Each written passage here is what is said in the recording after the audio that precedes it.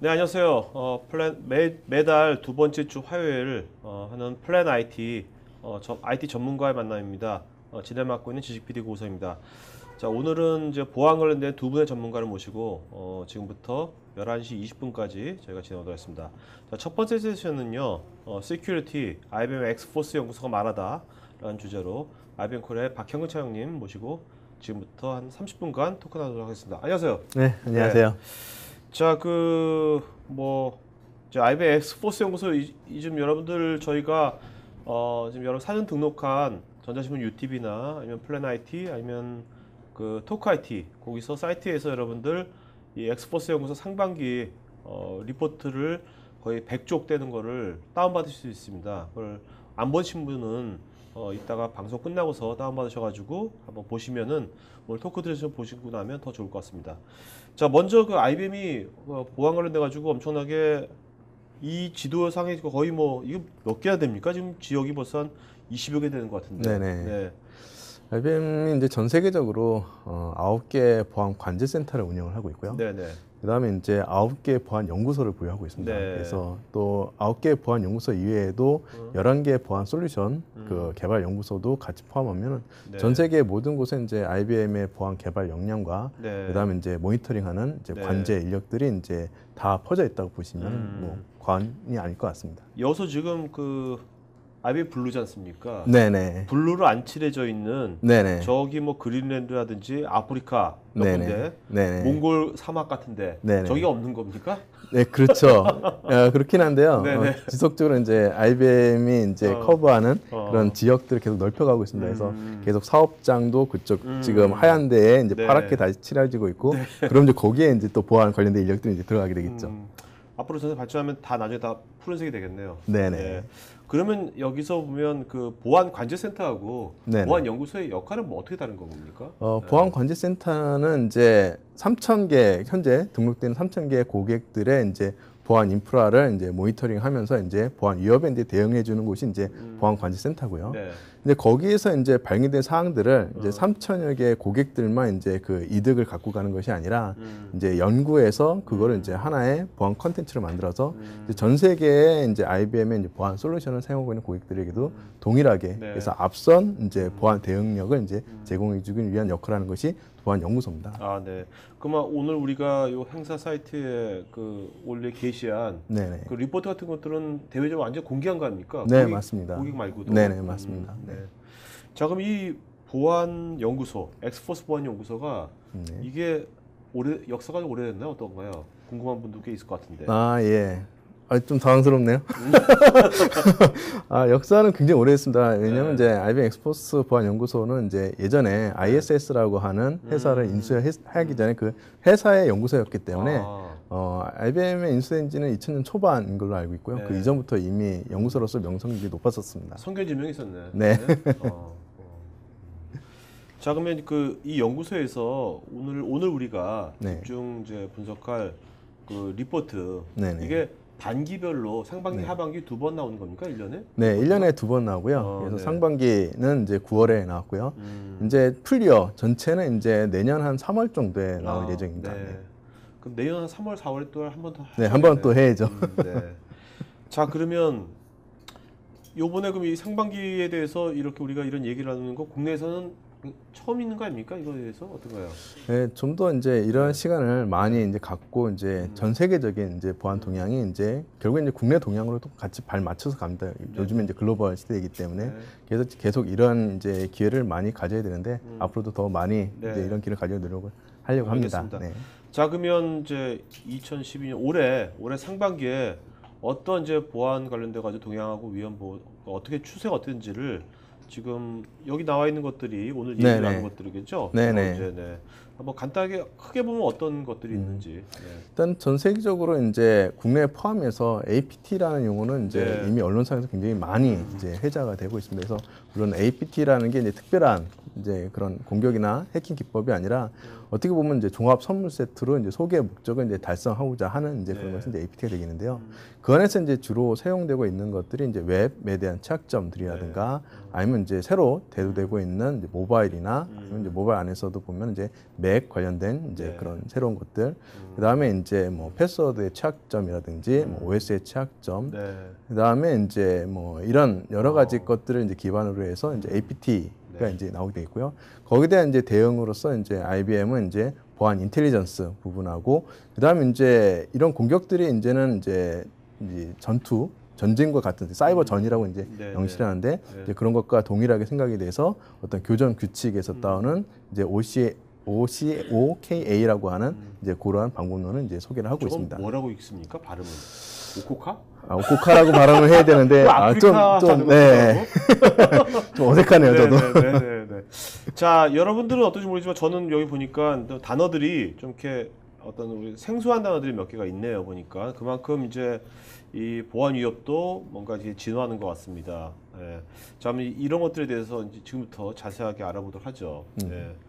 자, 먼저 이게 엑스포스 연구소에서 취약점 현황에 대한 것들인데 이 빨간색이 높아지면 나쁜 거지 않습니까? 네, 맞습니다. 근데 제가 이렇게 보니까 궁금한 게 인터넷에 보면 W자처럼 올라갔다 내려갔다. 네? 네네네. 이게 뭐 계속 올라가든지 아니면 이게 내려가든지 해야 되는 건데 이게 왜 그렇습니까? 이렇게 여러 가지 요인이 있을 수 있습니다. 먼저는 이제 이런 보안 취약점이 이제 발표가 되면 거기에 대해서 이제 해당 그 밴더라든가 이제 아니면 이제 고객분들께서 여러 가지 대응 체계를 이제 마련하고 있기 때문에 이제 그런 것들 때문에 이제 낮춰질 수도 있고요.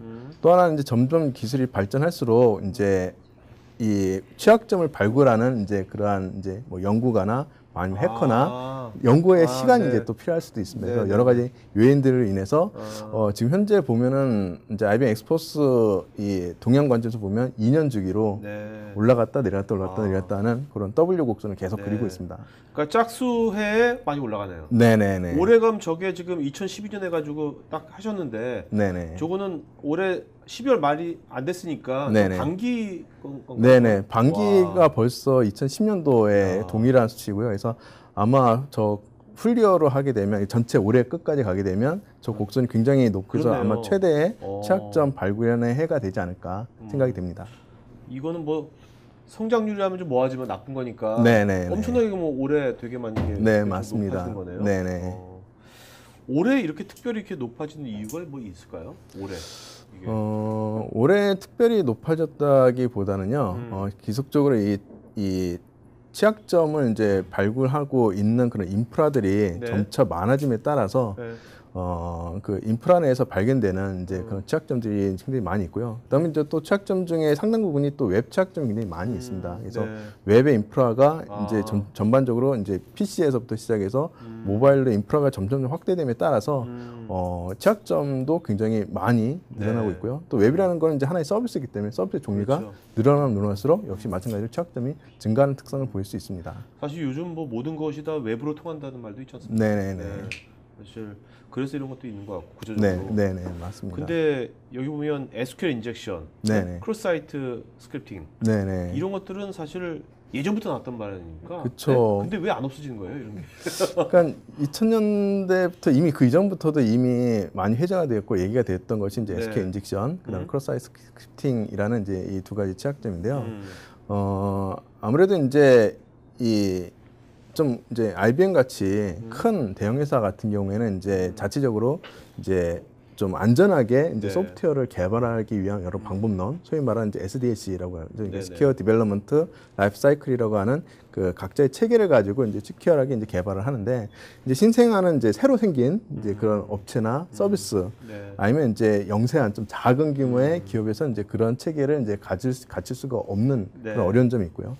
또 한 가지는 이제 좀 저희가 가장 큰 문제라고 보는 것 중에 하나가 개발자의 문제도 있습니다. 개발자가 보안에 대해서 굉장히 지식을 많이 갖고 안전한 이제 코딩을 이제 해야 되는데 일단 뭐 알면서 못하는 부분도 있고요. 소위 말하는 이제 납기 준수라든가 뭐 빠른 시간 내에 프로젝트를 완성해야 되고 프로젝트 내에 보안에 대한 고려를 잘 하지 못한다든지 네네. 이러한 이슈들도 있고, 또 하나는 이제 그런 보안에 대해서 인식을 갖고 있는 개발자의 수도 절대적으로 좀 부족하다. 그래서 그렇기 때문에 여러 가지 기업 자체에 투자할 수 있는 여력의 네. 한계점도 있고, 또 실질적으로 소프트웨어를 개발한 개발자의 어떤 시간상이라든 아니면 지식상의 한계점이 있고, 이런 것 때문에 아직 저런 굉장히 오래전부터 문제가 되었던 이제 크로스사이트 스크립팅이나 SK 인젝션이라는 이런 취약점들이 아직까지도 굉장히 맹위를 떨치고 있는 그런 주된 요인 중에 하나라고 볼 자, 수 근데 여기서 있겠습니다. 보면요, 이 두 분 흥미로운 게 2010년도에 보면 네, 크루사이트 스크립팅은 되게 작아요, 그죠? 네, 네, 네, 그다음에 SQ 인젝션 엄청나게 많았는데 네, 네, 네, 2년 이전 2012년 보면 네. SQ 인젝션은 되게 많이 줄어들었고 네, 네. 크루사이트 스크립팅은 엄청나게 좀 확산됐거든요. 네, 네, 그 네. 이유가 있을까요? 일단 SK 인젝션 같은 경우에는 이제 DB 쪽 개발하는 쪽에서 이제 그 많이 개선 사항도 있고, 자동화도 많이 네, 되고. 네, 네. 그래서 그런 점들이 있는데, 크로스사이트 스크립팅 같은 경우는 이제 어떤 그 이 개발단의 이슈도 있겠지만은 이제 서드파티라든지. 네, 예, 이런 그 여러 가지 요인들 때문에 뭐 크로스사이트 스크립팅은 좀 해결하기 좀 SK 인젝션보다는 좀 어려운 점이 있지 않을까 하는 생각이 좀 들고 있고요. 네. 그다음에 이제 그 또 한 가지 또 그 웹 취약점 안에서 이제 문제점 중에 하나는 이제 사실 이제 실제 이 개발하는 개발사 관점에서 보면 이제 집중적으로 투자하고 있는 코어 플랫폼에서는 아무래도 좀 더 신경을 많이 쓰기 때문에 보안에 대한 취약점 부분이 이제 나올 가능성이 좀 적습니다, 상대적으로. 근데 이제 이 하나의 그 이 프로덕트를 개발하기 위해서 그 코어 플랫폼은 직접 개발하지만 그 부가적인 기능들은 서드 파티의 그렇죠. 뭐 라이브러리라든지 코드를 많이 갖다 쓰거든요. 요즘 뭐 근데 매시업이 많이 하니까. 네, 그렇죠. 이제 그런 서비스라든지 코드라든지 이 라이브러리 이런 갖다 쓰는 이 소위 말하는 플러그인 네. 이 소프트웨어에서 취약점이 굉장히 많이 발견이 되고 있습니다. 그래서 네. 실질적으로 이제 그러한 개발을 할 때에도 코어 쪽 소스의 이제 안전한 개발만 신경을 쓸 게 아니라 실제 연계되는 서비스 아니면 코드, 네. 라이브러리의 이 전체적인 관점에서 이 보안 취약점을 이제 검증을 하고 진단을 하는 이런 액션들이 이제 굉장히 필요하고요. 네. 이제 그런 것들이 이제 좀 진행이 되면 좀 더 웹 어플리케이션 취약점의 그런 빈도가 좀 더 낮아질 수 있을 거라고 보고 있습니다. 네. 자, 그러면 이제 여기서 보면은 지금 이게 빨간색으로 네네. 박싱한 것이 네네. 지금 이게 이제 웹에 관련된 이게 그죠? 네네. 네네. 주로 웹에 관련된 두 가지, 그러니까 앞서서 봤던 이제 그런 SK 인젝션, 이제 공격의 가장 대표적인 그런 가장 많은 공격자들이 선택하는 공격 방법이 SK 인젝션입니다. 그래서 SK 인젝션이 실질적으로도 IBM의 보안 관제의 데이터를 봐도 네. 다른 거에 비해서도 상대적으로 굉장히 높게 2배 이상 많은 이제 그런 그 공격 기법으로 이제 채택이 되고 있고요. 그다음에 이제 크로스 스크립팅도 이제 5위 안에 들 정도로 굉장히 네. 많이 채택되고 있는 공격 방법 중에 하나입니다. 네. 자, 뭐 저도 최근에 와서 저도 이제 그동안 쭉 윈도우 노트북 쓰다가 네. 맥북을 바꾸거든요, 올해. 네네네. 네. 저 같은 사람도 맥북을 바꿀 정도면 저는 애플바 아니거든요. 네네. 근데 바꿀 정도면 요새 맥북 많이 쓰거든요. 네네. 그래요, 제품. 근데 맥은 예전에 비해서 예전에 보안에 대해서 되게 강하다, 맥은. 근데 네네. 요즘도 그런 것도 아닌 것 같아요. 네, 맞습니다. 네.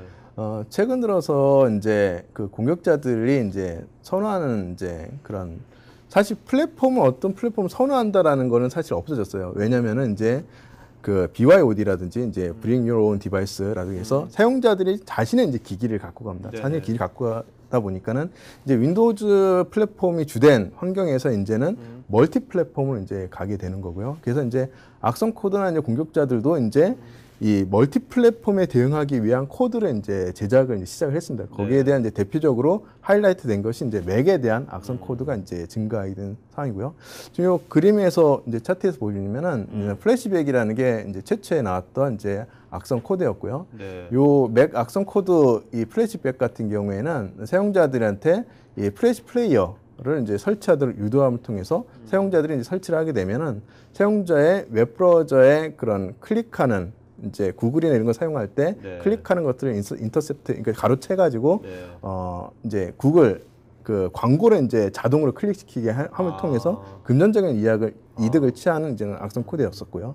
그 다음에 이제 그 옆에 이제 티벳이나 이제 사퍼브 같은 경우는 이제 정치적인 목적, 그래서 티벳 관련된 독립운동을 하는 이제 그런 사항들에 대해서 이제 그런 정보를 이제 획득하기 위한 악성 코드였고요. 네.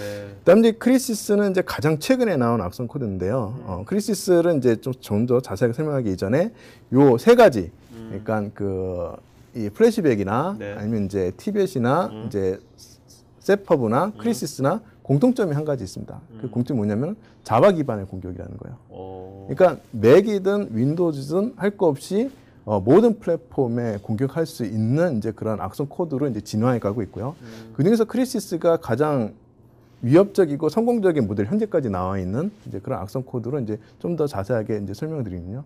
크리시스 같은 경우는 맥 악성 코드로 설계가 되었었는데요. 실제 유포는 윈도우즈까지 포함해서 전반적으로 다 유포가 되고 있고요. 네. 또 한 가지 특이점은 이제 가상화. 네. 가상화 환경 위에 윈도우즈 시스템까지도 감용할 수 있는 그런 악성 코드로 네. 굉장히 혁신적으로 좀 이 발전이 된 그런 악성 코드였습니다. 그래서 악성 코드의 가상화네. 네. 네. 그래서 이제 현재로서는 이제 맥도 지금 이제 안전하지 않고요. 또 가상 인프라로 해서 결코 안전하지 않습니다. 네. 그래서 가상 인프라의 윈도우즈 역시도 현재 공격의 대상이 되고 있기 때문에 현재는 이제 악성 코드 역시도 굉장히 발전해서 전방위의 모든 멀티 플랫폼을 이제 대상으로 해서 공격이 일어나고 있다고 근데 이 이해하시면 될 것 같습니다. 크리시스가 그렇게 치명적인가요? 실제로 이제 막 감염이 되면 어떤? 현재 크리시스의 목적인 이런 것들은 아직 계속 코드가 전체 코드가 다 탐지가 된 건 아니에요. 그래서 계속 지금 뭐 연구 중인데 일단은 뭐 이 기본적인 악성 코드가 갖고 있는 특성들, 네. 이제 정보를 유출한다든가 아니면 어떤 악의적인 행동을 이제 가한다든가 이제 이런 것들이 이제 다 가능한 코드로 이제 현재 분석이 되고 있고요. 네. 좀 더 상세한 거는 이제 전체 크리시스의 전체 코드가 네. 다 발견이 되면 아마 그때 목적이 아마 밝혀질 거로 예상이 됩니다. 알겠습니다. 자, 그러면 이제 또 우리의 또 패스워드 관리도 되게 중요한 또 이슈지 않습니까? 네네네. 네, 그 관련돼서 좀 말씀해 주시죠. 패스워드가 이제 이슈가 된 거는 이제 최근 들어서 이제 그 어노니머스라든지 그런 핵티비즘을 이제 표방하고 있는 여러 이제 핵 단체들이 이제 네. 실제 어떤 사이트들을 공격하고 사용자들의 아이디어 패스워드를 계속적으로 이제 공개하고 있는 이제 사건으로부터 이제 시작이 되는데요. 문제는 이제 그렇게 공개하게 되면 그 하나의 웹사이트만 이제 피해를 이제 입는 것이 아니라 보통 저도 뭐 유사하긴 합니다만은 사용자들이 흔히 하나의 아이디어 패스워드를 가지고 아니면 몇 개의 제한된 패스워드를 가지고 모든 자신이 쓰고 있는 디지털 라이프의 모든 아이디와 패스워드를 이제 다 사용하고 있단 말이에요. 그래서 그렇기 때문에 하나의 이제 패스워드가 이제 유출이 되면 그걸로 끝나는 게 아니라 연쇄적으로 다른 서비스, 뭐 금융 서비스든 아니면 어떤 SNS 서비스든 아니면 이메일 서비스든 연쇄적으로 이제 피해가 일어나기 때문에 현재 입장에서는 이제 비밀번호 관리가 굉장히 큰 이슈 사항이 되고 있고요. 여기서 보시면 이제 비밀번호가 이제 공급자에서 유출되는 이제 경우 실제 이제 비밀번호가 유출된다 하더라도 이제 뭐 암호화돼서 뭐 안전하다라고 이제 생각할 수 있겠습니다만 이제 암호화된 것들을 이제 깰 수 있는 여러 가지 방법들이 나와 있습니다. 그래서 여기서 보면은 이제 보통 이 패스워드 같은 경우는 이제 MD5나 뭐 SHA나 뭐 이런 것들을 이제 쭉 인크립션 하는데 최근 들어서는 이제 이 그래픽 카드 연산을 빠르게 해주는 이제 그래픽 카드를 활용해서 이제 그런 것들을 이제 복구를 한다든지 아니면 이제 그런 것들 연산을 빠르게 해주는 그런 그 그래픽 카드 자체를 클라우드에 이제 올려서 사스 형태로 서비스를 받을 수가 있어요. 그래서 그 서비스를 받는 이제 악의적 목적 서비스를 받아서 또 패스워드 크래킹에 이제 사용될 수 있기 때문에 이제 이 단순히 패스워드가 암호화, 해시 암호화, 단방향으로 암호화됐다 그래서 그게 안전한 게 아니라 유출이 되고 나면은 일단 심각한 영향을 받을 수 있기 때문에 IBM은 이제 요 IBM 리포트에서 이 패스워드 관리의 심각성을 다시 한번 인식을 시키고요. 가급적이면 사용자 관점, 뭐 고객도 마찬가지고요. 이제 하나의 서비스에 그러니까 여러 서비스에 하나의 아이디 패스워드를 중복해서 사용하는 거는 가급적이면 이제 지양하고 여러 다른 서비스로 이제 계속 패스워드를 다르게 생성해서 이제 하는 것들을 이제 권장을 하고 있습니다. 근데 그럼 어떻게 해야 될까? 저도 사실 되게 많은 사이트에 가입했는데 네네. 찜찜한 거거든요. 네네. 야, 이거 했는데 내가 은행 아무나 똑같은 건데 네네. 이거 어떻게 해야지 좀 개인적으로 네네. 그런 걸 좀 방지할 수 네네. 팁이랄까 그런 거 있으면 뭐 여러 가지 방법이 있는데요. 뭐 자신이 보통 쓰고 있는 이제 패스워드에 이제 앞이나 뒤쪽에 이 자신이 알 수 있는 그 웹사이트로부터 알 수 있는 정보 이런 것들을 이용해서 뭐 붙여준다든지 예를 들면 이제 패스워드를 뭐 예를 들어서 네. 가장 쉬운 1, 2, 3, 네네. 4라고 쓰고 있다. 네네. 쓰고 1, 2, 3, 4를 쓰고 있다 그러면 예를 들면 이제 토크 IT라는 네. 것들을 이제 앞에는 토크 IT를 아. 붙이고 뒤에는 뭐 TA1K라든지 네. 이렇게 해서 이제 길이를 이제 늘린 다음에 아. 앞이나 뒤에 아. 그 특수 문자, 뭐 물음표라든지 느낌표라든지 이런 것들을 이제 줘서 이런 이제 규칙성을 가지고 이제 각각의 웹사이트마다 다르게 이제 패스워드를 구성하게 되면 그나마 이제 조금 더 안전하게 이제 패스워드를 사용할 수 있지 않을까 생각이 들고요. 그다음에 이제 오픈 소스 중에 이제 패스워드를 관리해주는 툴들도 굉장히 많이 있습니다. 그래서 네네. 그런 툴들을 좀 활용해서 이제 다른 패스워드를 기억하기 어려우면 그 툴에 의거해서 이제 좀 이제 이 기억을 이제 상기시켜서 이제 활용할 수 있도록 네. 이제 하는 것들도 이제 도움을 받을 수 있을 것 같습니다. 알겠습니다. 그러면 차장님께서는 다른 사이트들 막 일반 사이트들 네. 개인적인 사이트를 가입할 때 네네. 지금 그런 방식을 이용하십니까? 그런 방식으로 이제 저도 네. 이제 사실은 저도 이제 별 인식이 없다가 최근 들어서 저도 이제 그런 네. 식으로 좀 바꿔서 이제 운영을 하고 있고요. 그다음에 이제 뭐 회사 내에서는 이제 그 싱글 사인온이라는 기술을 통해서 이제 뭐 그런 패스워드에 대한 기억하지 않고도 이제 자동적으로 이제 다른 패스워드가 네네. 이제 랜덤하게 생성돼서 들어감을 통해서 이제 그러한 문제점들을 좀 해결을 하고 있습니다. 네. 제가 아까 그 발음도 오코카 그죠? 네네네. 네. 어떻게 보면 이제 그 회사 민간 기업의 네네. 어떤 그 보안 대응 체계가 네. 군사적인 네네. 작전 체계하고 닮아가 유사해진다고 그러시잖아요. 네, 그좀 맞습니다. 말씀 좀 해주시죠. 네네. 네, OCOKA는 이제 네. 약자고요. 약자는 저 밑에 쭉 있습니다. 네. 제가 영어 발음이 안 좋아서 굳이 읽지는 않겠고요. 이제 OCOKA는 이제 풀면은 이제 관측, 은닉, 장애물, 중요 지형, 접근 경로 네. 이렇게 이제 5가지 관점에서 이 보안 인프라를 이제 바라봐야 된다라고 네. 하는 것들을 얘기하고 있습니다. 그래서 첫 번째 관측이라는 거는 실제 이제 이 공격자나 아니면 사용자가 정상적으로 사용하고 있는지 아니면 네. 공격이 일어나고 있는지를 네네. 모니터링하고 이거를 이제 식별할 수 있는 체계 네네. 이런 것들은 이제 잘 갖춰야 된다. 그래서 마치 이제 이 경기의 초소에서 망원경을 이렇게 쭉 바라보듯이 이제 그러한 인프라를 이제 첫 번째로 갖춰야 된다라고 네. 하는 게 이제 얘기를 하고 있고요. 두 번째 은닉은 공격자가 쉽게 중요 정보 자산을 찾을 수 없도록 감추는 기술, 예를 들면 암호화나 뭐 아니면은 이제 여러 가지 다른 뭐 접근 통제도 될 수 있겠고요. 그래서 이렇게 은닉하는 이제 네. 그런 기법을 이제 많이 채택을 해야 된다라는 것입니다. 그다음에 이제 세 번째는 이제 장애물이요.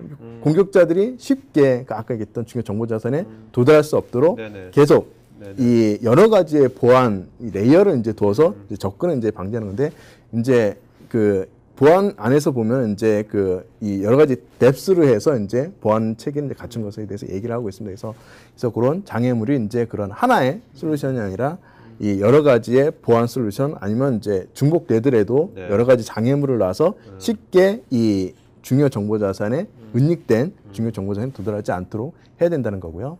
그다음에 이제 중요 지형은 이제 이 접근 경로하고 마찬가지인데요. 우리가 이제 보통 보면 이제 어떤 이 전투를 하기 전에 지형지물을 이제 식별한다고 이제 하지 않습니까? 그래서 중요 지형은 이제 사용하는 사용자라든가 아니면 조직 구조 아니면 이제 이 중요한 정보 자산 쓰는 IT 인프라 자체에 대한 식별 이런 것들을 통해서 이제 이 장애물이나 은닉을 할 때의 전략을 이제 거기서부터 이제 도출하기 위해서 중요 지형에 대해서 이제 인식을 해야 된다라는 거고요. 접근 경로는 이제 위협 모델링처럼 실제 어떤 경로로 우리가 은닉된 정보 자산에 침투할 수 있겠는가를 계속 시뮬레이션 해보고 생각해보고 분석해서 거기에 이제 맞춰서 이제 장애물을 놔야 된다라고 하는 전략에 대해서 얘기를 하고 있습니다. 네. 그래서 마치 이제 앞으로는 군사 작전을 방불하게 군사 전략이나 군사 작전을 방불하게 민간이든 공공이든 이제 OCOKA라는 이제 뭐 이거 하나의 이제 방법론이 되겠죠. 이것들을 이런 방법론을 이유 채택을 해서 이제 사이버전 네. 아니면 이제 외부의 그런 위협들 APT 같은 위협에 대해서 효과적으로 대응을 하는 하나의 뭐 참고 모델로서 이제 활용하면 좋을 것 같습니다. 네.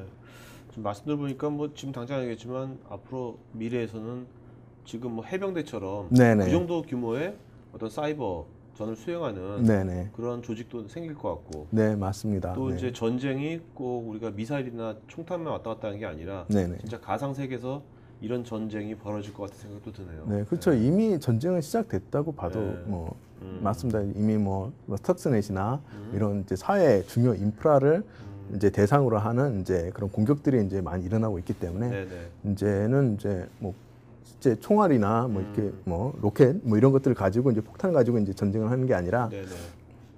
이제는 이제 이 디지털 세계상에서 이제 실제 물리적인 세계에 영향을 줄 수 있는 네. 그런 방법으로 이제 공격이 많이 일어날 것 같습니다. 요즘 보면 뭐 다른 얘기지만 뭐 이렇게 무인 네네. 공격 정찰기 갖고서 사람 네, 많이 죽이고 맞습니다. 그러잖아요. 네네네. 네, 참. 자, 그다음에 또 하나 특이한 게 아까 Bring Your Own Device, 네네. BYOD. 네. 네. 지금 이건 결국 이제 회사 내에서 내가 사고 있는 이런 기기들을 내 네네. 개인 기기들을 네네. 회사 기기로 사용한다는 그런 얘기입니까? 네, 맞습니다. 네. 그러니까 회사는 네트워크만 갖고 있고요. 네, 센터하고? 맞습니다. 네네. 그래서 요즘 또 하나 이제 트렌드로서 이제 사용자들이 기존에 회사에서 제공해 주던 이제 디지털 기계에서 만족하지 못하고 그렇죠. 자신이 선호하는 이제 기기들은 이제 쓰기를 이제 많이 원하는 요구 사항들이 있습니다. 그래서 그런 요구 사항은 이제 한 3가지 정책 정도로 보통 이제 구분합니다. 그래서 네. 이제 그런 것들을 허용하지 않는 정책, 네. 준비가 안 됐기 때문에 여기서 말하는 준비라는 건 이제 보안에 대해서 사실 이제 그런 기기를 이제 허용하려고 그러면은 인프라 자체가 멀티 플랫폼, 멀티 브라우저, 네. 그 다음에 이제 다양한 그런 플랫폼 특성에 따라서 이 보안 통제가 동일하게 적용이 돼야 되는데 그 이전에는 이제 IT가 뭐 예를 들면 윈도우즈와 IE 기반의 네. 이제 그런 보안 통제를 이제 구축을 했다 그러면 이제 BYOD 환경에서는 그런 것들이 전혀 적용되지 않거든요. 그래서 네네. 거기에 맞는 이제 전환하는 이제 시점에 있어서 이제 단계적으로 이제 서비스가 이제 오픈이 되고 이제 사용자들이 기기 쓸 수 있도록 이제 해줘야 되는데요. 네. 이제 그런 것들을 이제 하나의 가이드로서 이제 IBM은 이제 총 6가지의 이제 저런 것들을 한번 체크를 해봐야 된다. 그래서 이제 어떤 사용자의 인증이라든지 아니면 네. 어떤 서비스에 대해서 이 모바일 기기 아니면 사용자의 기기로 접근을 허용할 것인지 그다음에 이제 실제 데이터에 대한 보호는 또 어떻게 할 것인지 그다음에 이제 어떤 서비스의 무결성이라든가 실제 이런 4가지 항목들 뭐 네. 식별 및 인증, 뭐 접근 제어, 데이터에 대한 보호, 그다음에 서비스의 무결성 이 4가지 것들이 정확하게 정책에 맞춰서 일어나고 있는지를 보증하는 활동 그다음에 실제 사고가 뭐 발생할 수 있으니까 사고에 대한 그런 대응 체계 이런 것들이 이제 잘 갖춰지면 이제 점진적으로 단계적으로 BYOD 전략을 이제 펼칠 수 있을 거다라고 이제 IBM 조언을 하고 있습니다. 어떤 이 BYOD가 어떻게 보면 이제 조직의 어떻게 보면 그 어떤 이런 업무를 하는데 편의성하고 네네. 편의성하고 또 이제 어떤 보안 네네, 이 두 마리 맞습니다. 토끼를 다 잡는 어떤 네네, 것 같아요. 맞습니다. 네. 네네. 왜냐면 우리가 이렇게 요새 이렇게 위험하다고 해서 다 통제해 버리면 네네. 또 조직의 창발성도 안 일어나. 네, 맞습니다. 네. 자, 그러면 이제 결국 이런 것들이 이제 APT고 네네. 이런 것들에 대해서 이제 IBM이 이제 대응하는 보안 인텔리전스라는 네네. 네, 컨셉인 것 같은데. 네네. 네. 그 보안 인텔리전스라는 것이 이제 IBM의 이제 고유한 용어는 아니고요. 네. 이미 이제 여러 뭐 가트너나 이런 데서 이제 얘기를 하고 있습니다. 이전에 이제 통합 보안 관제라고 하는 이제 그런 용어의 좀 차세대라고 이제 이해를 하시면 되고요. 이제 종래 그 이 통합 보안 관제의 인프라와 보안 인텔리전스가 다른 거는 APT가 이제 너무 전방위적으로 이제 다 일어납니다. 사용자 네네. 기기, 뭐 BYOD 인프라 하게 되면 사용자 기기부터 시작을 해서 뭐 네트워크 인프라, 서버, 데이터베이스, 어플리케이션까지 모든 영역에 걸쳐서 이제 네. 다 일어나고 있기 때문에 이제는 바라봐야 될 그 지점이 너무나 많은 거죠. 네. 너무나 많기 때문에 이제 아까 얘기했던 이제 그 오코카라고 하는 거기에서 관측 부분에 있어서 관측할 내용이 너무나 많고 네. 어렵고 탐자기가 용이치 않다는 거죠. 그래서 이제 그런 것들을 지원해주기 위해서 이제 빅데이터 기반으로 데이터를 이제 보안 쪽에서도 데이터가 이제 굉장히 많아졌고 네. 그런 데이터들을 이제 효과적으로 분석을 통해서 APT나 아니면 악의적인 사용자에 대한 탐지하는 그런 능력을 모든 기업이나 아니면 네. 보안이 중요한 조직에서는 갖춰야 된다라고 이제 최종적으로 이제 IBM 보안 리포트에서는 권고를 하고 있습니다. 네. 그러니까 이것이 이제 보안이라는 것이 이제 회사 단위에서만 네네. 해결될 수 있는 문제는 아닌 것 같아요. 네네. 세상이 모두 연결되고 있으니까. 네네. 그러니까 지금 어떤 회사 단위도 해야 되겠지만 지금 IBM 아까 엑스포스 같은 네네. 이제 글로벌한 어떤 그런 서비스하고도 지속적으로 네네. 연계해가지고 네, 맞습니다. 그런 것도 네네. 필요하지 않을까. 네. 자, 그러면 뭐 이 관련된 뭐 여러 솔루션들 엄청 많은데 이걸 오늘 다 네네. 얘기할 수 없는 거고. 네네. 네. 맞습니다. 네. 하여튼 이런 모든 것에 대해서 준비되어 있다. 네네. 네. IBM 준비되어 있습니다. 네. 알겠습니다. 전화만 걸면 된다. 네네. 네, 여러분들 그 요거에 관련돼 가지고요. 저희가 Q&A 시간은요. 2번째 세션 지금 바로 그 개인정보 암호화 조치에 대해서 하고 나서 11시부터 두 분 게스트 모시고 저희가 Q&A 시간 갖도록 할 테니까 질문들 계속해서 써주시기 바랍니다. 자, 그러면 두 번째 게스트이신 최영찬님 나오시죠. 네. 잠시 뵙겠습니다. 네. 자, 여러분 바로 시작하겠습니다. 자, 두 번째 세션은요. 얼마 전에 또 발표된 거죠. 행안부에서 개인정보 암호화 조치 그거에 대한 안내서 및 기업의 전사적 규제 준수 방안이라는 주제로 아이벤코리아의 최영찬 형님 오늘 휴가 중임에도 불구하고 오늘 여기 나오셨습니다. 안녕하세요. 안녕하세요. 네네. 네, 반갑습니다. 네. 자, 먼저 법들이 일단 너무 많은 것 같아요. 네, 개인정보 그렇죠. 뭐 암호화 조치도 있지만 여기 보면 정보통신망 이용 조치, 전자정보법, 전자금융거래법 여러 가지가 있는데 네, 고객들도 헷갈려할 것 같은데. 네, 먼저 맞습니다. 요거에 대해서 어떤 것들이 좀 한번 다 일일이보다 큰 구분 좀 해주시죠. 네. 네, 제가 기업들의 이제 개인정보 최고 책임자 내지는 매니저분들을 만나 뵈면은 이 질문을 가장 사실 많이 네네. 하고 있고요. 그래서 네. 제가 오늘 암호화 조치 안내서가 가장 큰 내용이지만 그 전에 네. 앞서서 이제 법 관련된 내용을 조금 더 먼저 소개를 해드리고 들어가려고 준비를 했습니다. 그래서 사실 개인정보보호법이 가장 좀 자세하게 지금 다루고 있고요. 네. 그거 말고 이제 정보통신망 이용 촉진 및 정보 보호 등에 관한 법률. 그러니까 사실 정보통신망법이라고 더 네. 줄여서는 망법이라고 그렇죠. 부르고 있고요. 네. 두 가지에서 어떤 정보를 어떤 방법으로 암호화로 수행해라라는 것을 가장 정확하게 다루고 있다 이렇게 보시면 될 것 같고 네네. 그 외에 이제 전자금융거래법이라든지 감독규정, 그다음에 전자정보법 이렇게 해서 요 군데에서 다루고 있고 나머지 사항에 대해서는 법들도 사실 암호화 부분을 다루고는 있습니다. 네. 근데 정확하게 명시적으로 다루고는 있지는 않고요. 요 네 가지 법이 가장 암호화 관련해서 잘 다루고 있는 법규다 이렇게 말씀드릴 수 이 네 있습니다. 가지 법이 뭐 어떤 동일한 부서에서 만든 법이 아니죠. 네, 그렇지 않습니다. 다 다르죠. 예. 그런 것들에 대해서 되게 혼동도 많이 될 것 같긴 한데. 네, 소관 부처가 사실 다르고요. 그래서 네. 다음 슬라이드 한번 보시겠습니다. 네네. 예. 그래서 보통 이제 또 많이 헷갈려 하시는 것 중에 하나가 그럼 법이 여러 가지가 많이 있는데 그럼 과연 나는 어떤 법을 어떻게 적용을 받을 것이냐 네네. 이 부분에 대해서 궁금해 하시거든요. 그래서 제일 먼저 나눈 건 산업군을 먼저 나누고요. 그래서 지금 보시는 슬라이드처럼 이 FSS라고 써 있는데 이건 IBM에서 부르는 용어이긴 하지만 네. 파이낸셜 서비스 섹터라고 해서 금융 네네. 관련된 이제 산업군이라고 보시면 되고 펍은 말 그대로 공공, 네. 그다음에 컴은 이제 정보통신 산업군이라고 보시면 되고요. 네네. 그 각각의 산업군에 따른 개별법이 존재하고 있습니다. 그래서 금융 쪽 산업군에서는 전자금융거래법하고 감독 네. 규정이라든지 있고 그다음에 공공은 말씀드린 공공기관의 개인정보 그다음에 컴섹터에서는 아까 말씀드린 망법 네. 이렇게 존재합니다. 이것들이 개별법이고 그다음에 개인정보보호법의 관계는 어떻게 되느냐? 일반법입니다. 개인정보보호법은. 그래서 사실 개별법은 그 법을 지켜야 되는 곳은 그 산업군에 속해 있는 네. 그 산업군 내가 어디에 속해 있느냐? 사실 그건 뭘 보시면 되냐면요. 업종? 예, 맞습니다. 그 업종에 네. 정확하게 나와 있습니다. 사업자 등록증에 나오는 그렇지, 업종. 맞습니다. 예. 사업자 등록증에 정확하게 나와 있습니다. 제가 네네. 어떤 서비스를 하고 있는지 네네. 그걸 보시면 되고 네. 일반법인 개인정보보호법은 누가 지켜야 되느냐 사실 350만, 370만 말이 많습니다만 전체 사업자가 다 지켜야 됩니다. 그러니까 우리나라에서 가장 큰 네. 대기업, 네. 삼성이라고 할 수 있는 기업부터 1인 시작해서 기업서부터 포함해서 예, 맞습니다. 자영업자 포함해서. 예, 맞습니다. 네. 모든 와.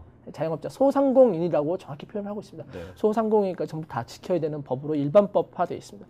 그럼 여기서 예. 개별법이 일반법보다 더 우선하는 거. 네, 맞습니다. 그 헌법에 그렇게 나와 있고요. 네. 헌법에 개별법 우선의 원칙 아. 혹은 특별법 우선의 원칙에 의해서 개별법을 먼저 지켜야 됩니다. 그래서 제가 밑에 써놨다시피 예를 들어서 공공기관 같은 경우에는 개인정보 보호에 관한 법률이 있지만 네. 거기에서는 암호화에 대한 법률을 정확하게 구체적으로 명시하지 않거든요.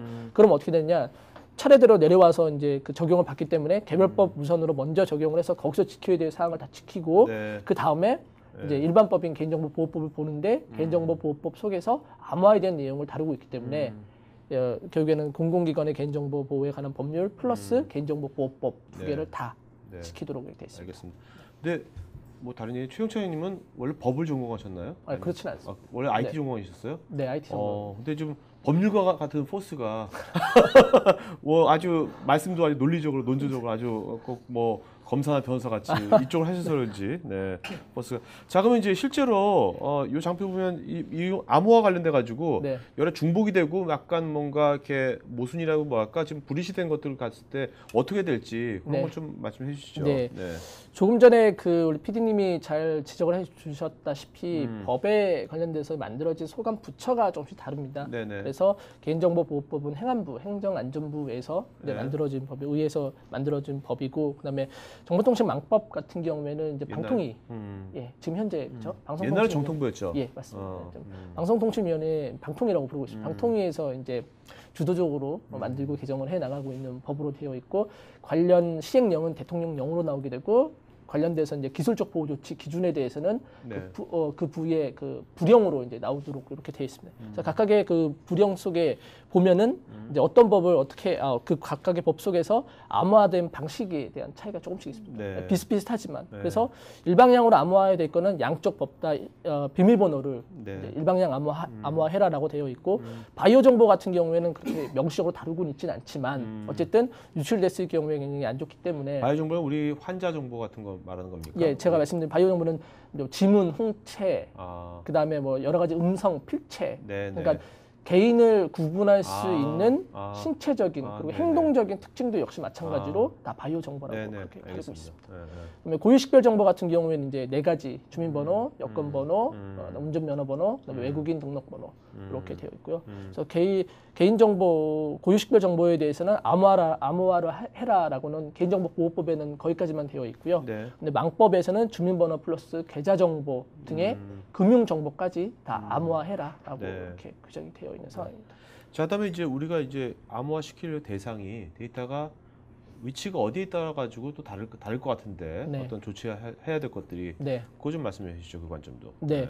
그래서 보시면 그럼 이런 정보를 제가 아까 말씀드린 대로 이제 개별법에서 가지고 있는 혹은 일반법인 개인정보보호법에서 가지고 있는 규정하고 있는 명시하고 있는 그런 정보를 가지고 있다고 해서 무조건 암호화를 수행해야 되느냐? 사실 그렇진 않고요. 네네. 예, 개인정보보호법에도 나와 있다시피 어떤 정보를 어느 구간에 암호화를 하고 있느냐, 사실 이게 가장 중요합니다. 네. 그래서 개인정보가 그 지금 슬라이드 대개 보시다시피 인터넷을 통해서 외부로 전송이 되거나 네. 혹은 외부 저장 매체를 통해서 빼내려고 할 경우에 그럴 경우에는 반드시 안전한 방법으로 암호화해라라고 되어 있고요. 그다음에 DMZ 영역에 또 이런 정보를 만약에 저장할 경우도 무조건 안전한 암호화 알고리즘을 통해서 암호화해라라고 되어 있습니다. 그다음에 내부망에 이제 저장하는 또 방법이 또 있겠죠. 사실 내부망에 저장이 될 때는 두 가지로 나뉩니다. 공공과 민간으로 나뉘어서 공공의 경우에는 법에 의해서 개인정보 영향평가를 통해서 그 결과에 의해서 암호화 범위라든지 방향을 정하게 되어 있고요.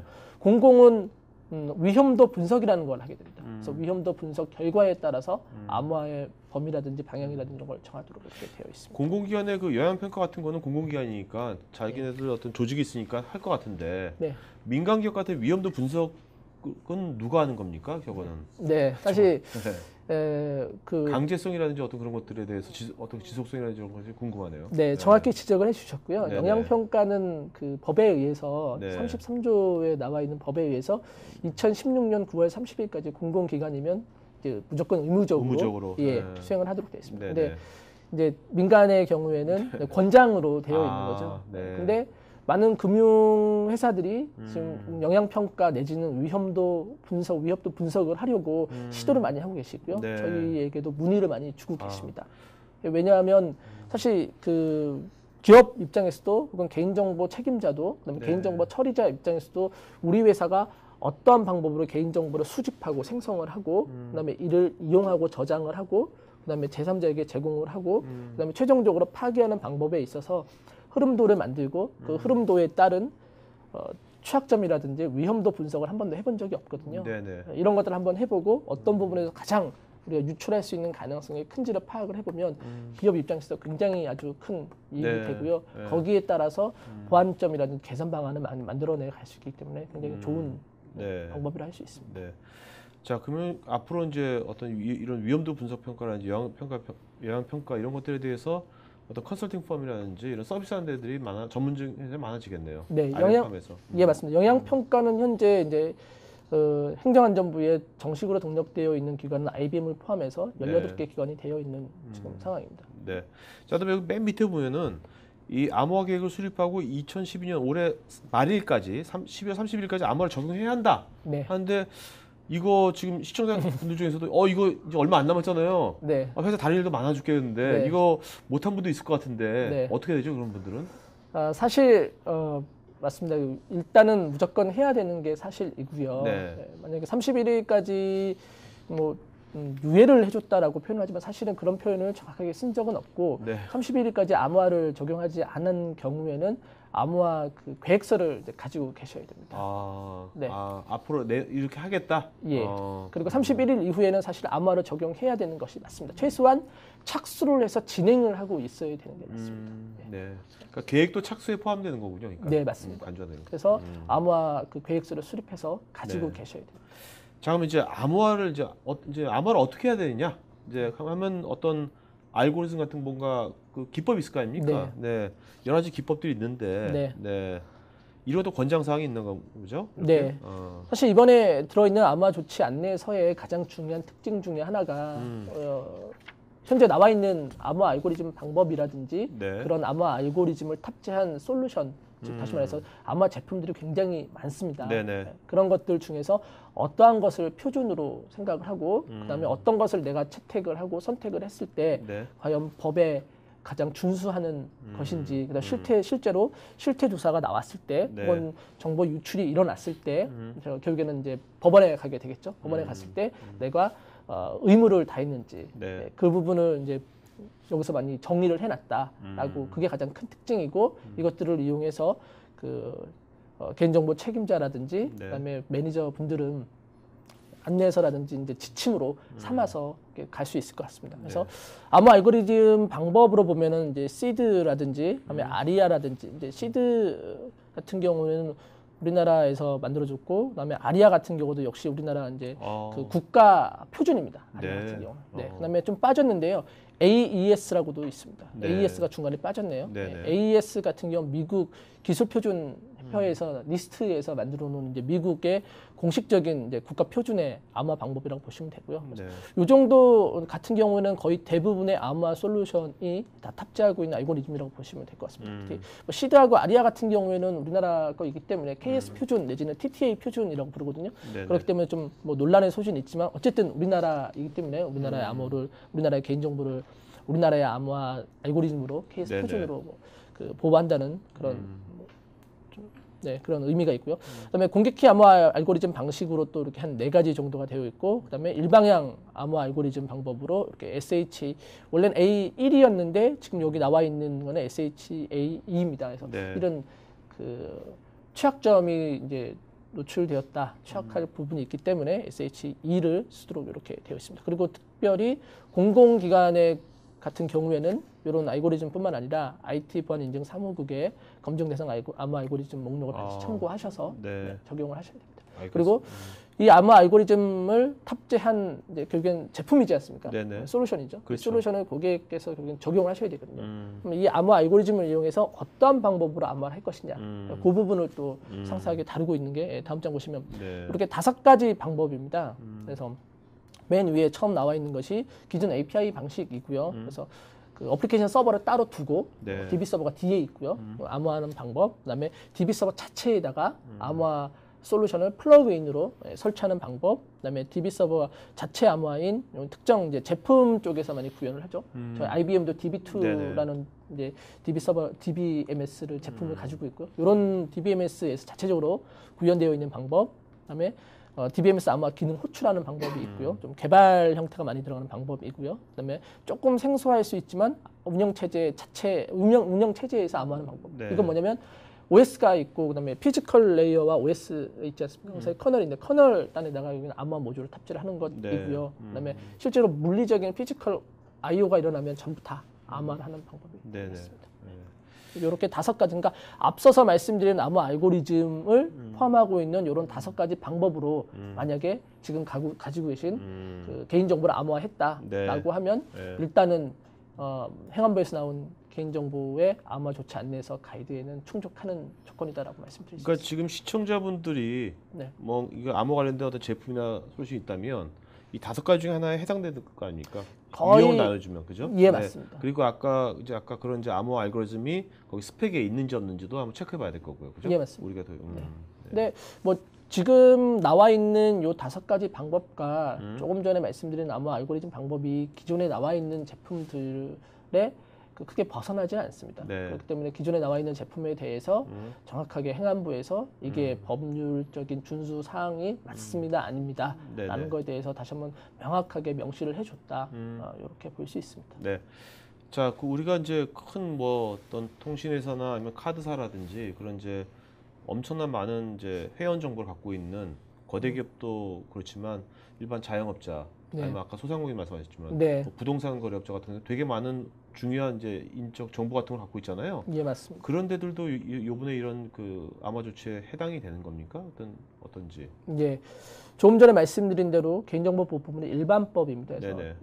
우리나라에 있는 370만 이제 그 전체 사업자는 전부 다 지켜야 되는 상황이고요. 네. 방금 정확하게 지적하신 대로 제가 이제 그 부동산 이제 그 사무소를 가지고 있는 사람인 거죠. 만약에 예를 들어서 네네네네. 그럴 경우에는 10년 이상 일을 했을 경우에는 사실 저도 많은 개인정보와 그렇죠. 주민번호와 그다음에 금융 정보도 가지고 있게 됩니다.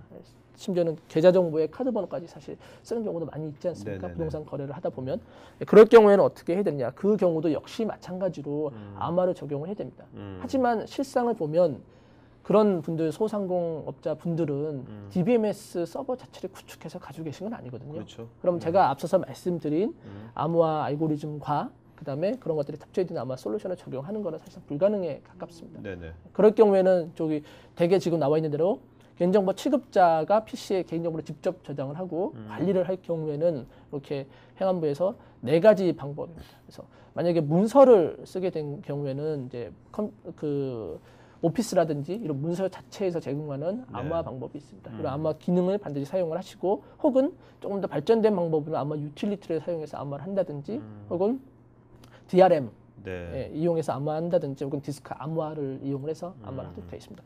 왜 이런 것들이 중요하냐면 사실 암호화 그러니까 개인정보 유출이 발생을 했을 때 법원에 가서 가장 법원에서 판사님들이 가장 보는 것 중에 하나가 선관주의라는 걸 많이 봅니다. 선관주의란 뭐냐면 인터넷에 찾아보시면은 뭐 이론적인 개념은 많이 나와 있지만 선량한 관리자의 주의 의무입니다. 네. 그래서 선관주의. 그래서 선량한 관리자의 주의 의무이기 때문에 내가 개인정보를 유출하지 않도록 하기 위해서 그런 관리적인 주의의 의무를 다했다라는 것을 뜻하고요. 네. 그런 것을 어떻게 비교하느냐. 사실 그걸 법원에서 증명하는 현실적인 방법은 동정업계에서 내가 평균 이상의 정보 유출을 방지하기 위한 노력을 했다라는 것을 증명을 하면 됩니다. 네네. 그렇기 때문에 큰 기업과 금융권에 있는 굉장히 보안 수준이 높은 회사의 개인정보에 유출하기 위한 방법과 그다음에 소상공인의 개인정보를 유출하기 위한 노력은 엄밀히 말해서 다를 수밖에 그렇죠. 없는 거죠. 네네. 비용이라든지 전문성이라든지 이런 것이 떨어질 수밖에 없습니다. 하지만 선관주의에서 보면은 동일 업종, 동종 업종에서는 그래도 제가 관리의 의무를 충실히 했다라고 하면 어느 정도 인정을 받는 그런 형태로 진행됩니다. 네. 자, 이제 그다음에 우리가 안정성 확보 조치 뭐 여러 가지 아까 얘기했는데 여기 7조 개인정보 암호화 이거에 대해서 좀 자세하게 말씀해 보시죠. 네.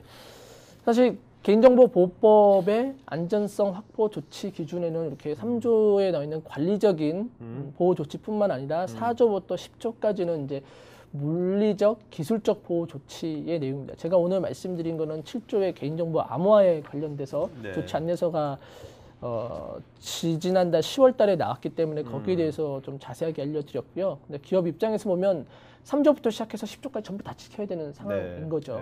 그래서 4조하고 5조는 좀 연관성이 있어서 접근 권한하고 비밀번호 관리. 아까 조금 전에 박형근 차장님도 비밀번호 관리가 가장 중요하다라고 말씀을 드렸지 않습니까? 그래서 권한에 대한 계정에 대한 관리, 그다음에 권한에 대한 관리, 그다음에 거기에 따른 비밀번호 관리 가장 중요하다고 말씀을 드릴 수 있고요.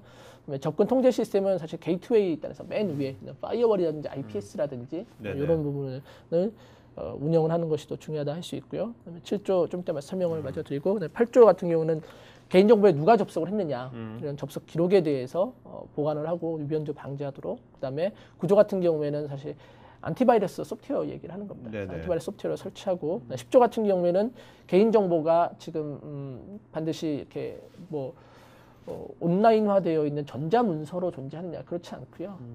좀 물리적으로 네네. 손으로 써 있는 종이 문서 형태로도 많이 존재하고 있거든요. 그런 것들에 대해서 종이 형태로 보관될 때 네. 이런 것들도 잘 물리적으로 접근 통제를 통해서 보호해라라고 되어 있습니다. 그다음에 7조 같은 경우는 여태까지 계속 설명해드린 암호화 대상, 네. 그러니까 그것도 산업군대로 내가 어떤 산업군에 속해 있는지를 잘 파악을 하시고, 개인정보보호법은 베이스라고 네.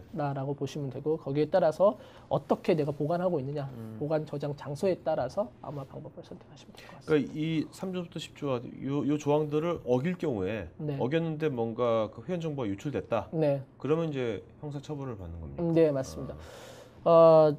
개인정보 유출이 되게 되면 일단 보호법에서는 이제 마지막 9장 같은 경우가 처벌 조항으로 되어 있고요. 네. 그래서 거기서는 이제 다루고 있는 것 중에 하나가 24.5조, 그다음에 29조에 보면 이제 안전성 그 조치 의무를 이제 제대로 하지 않아서 뭐 유출이 되었을 경우에 처벌 조항을 다루고 있고요. 암호화 같은 경우를 뭐 구체적으로 설명을 해드리면 안전성 확보 조치 의무를 다하지 않아서 발생됐을 경우에 기업 입장에서는 3천만 원 미만의 과태료가 발생이 되고요. 네네. 기업 그다음에 이제 개인정보 관리자, 네. 책임자 네네. 입장에서는 그 2년 이하의 징역 내지는 1천만 원 미만의 처해질 수 있도록 그렇게 지금 되어 있는 상황. 근데 어떻습니까? 우리나라에서 현재 그렇게 뭐 네. 정보 관리자가 실제 어떤 그런 이제 징역이나 아니면 벌금형을 네. 당한 적이 있나요? 지금 어떤 사례가? 이제 그 아까 조금 전에 말씀드린 네. 대로 네. 선관주의에 입각해서 봐서 네. 대부분 이제 그냥 주의 내지는 이제 그런 아, 형태로 가게 되고요. 현재까지는.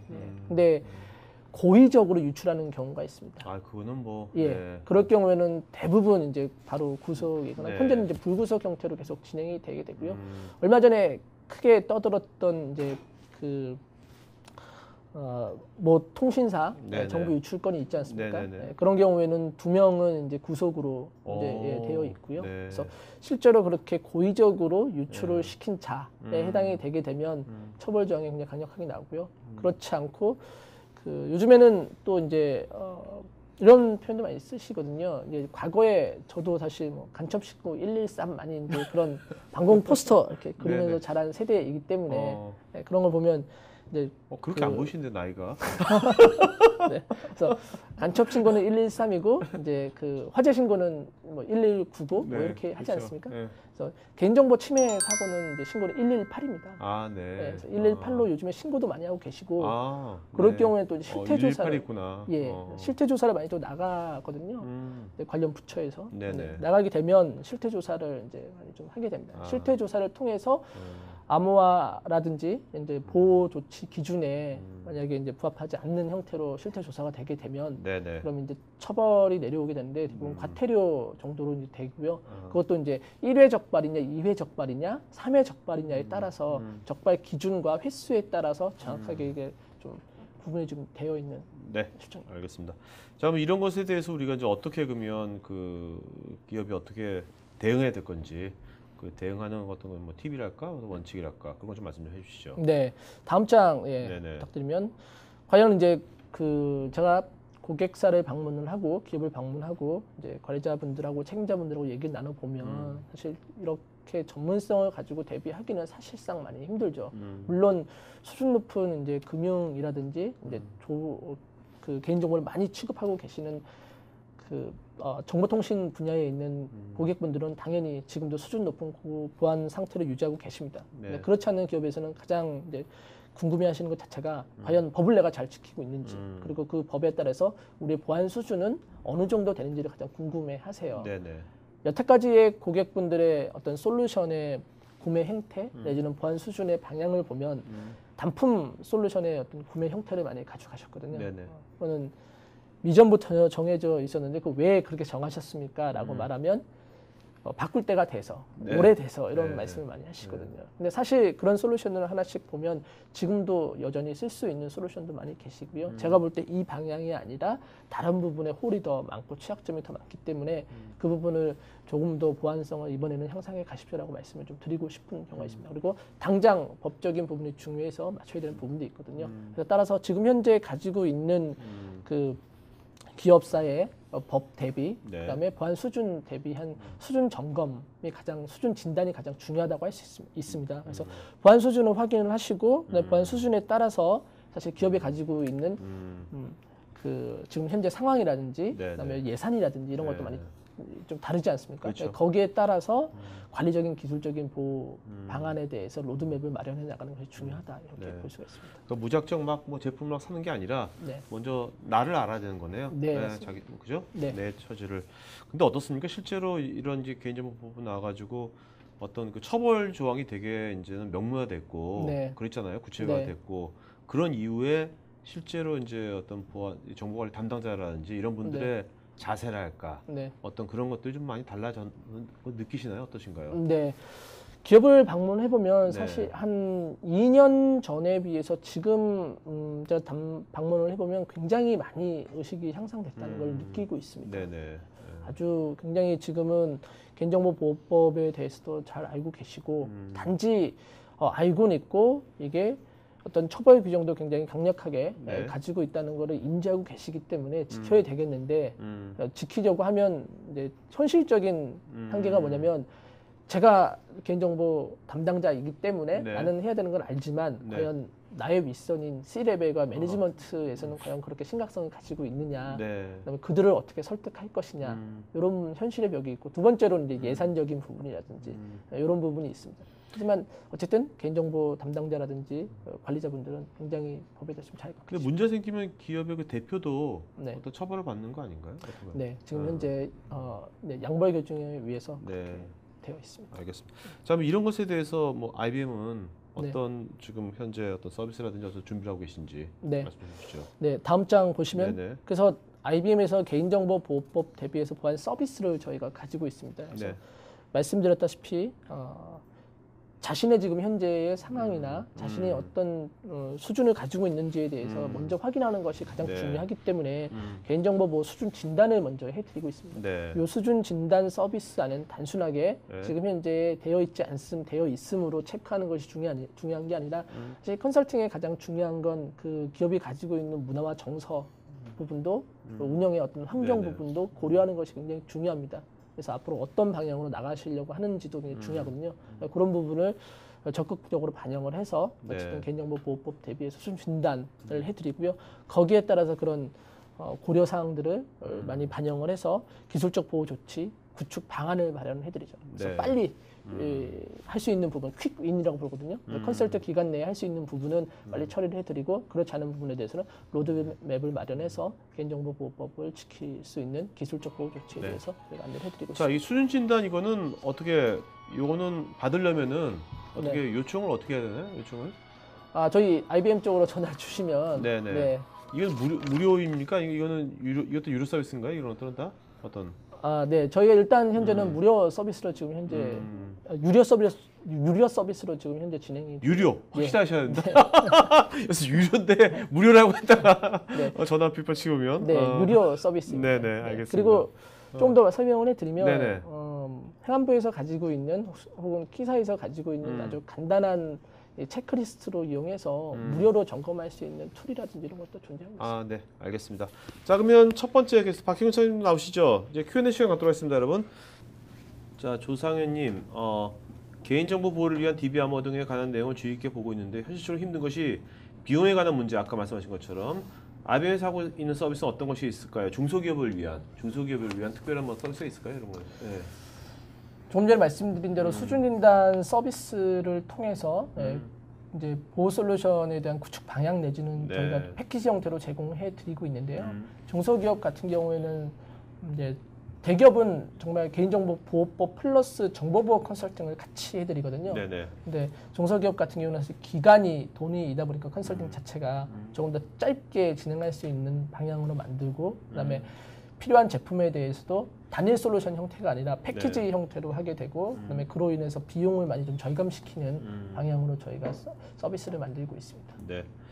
자, 그다음에 한관주님이 이번 코멘트 주셨습니다. 아무리 뛰어난 보안을 구축하더라도 내부에서 큰맘 먹고 개인정보나 기업 비밀을 제공하는 직원이 있다면 대책은 없어 보입니다.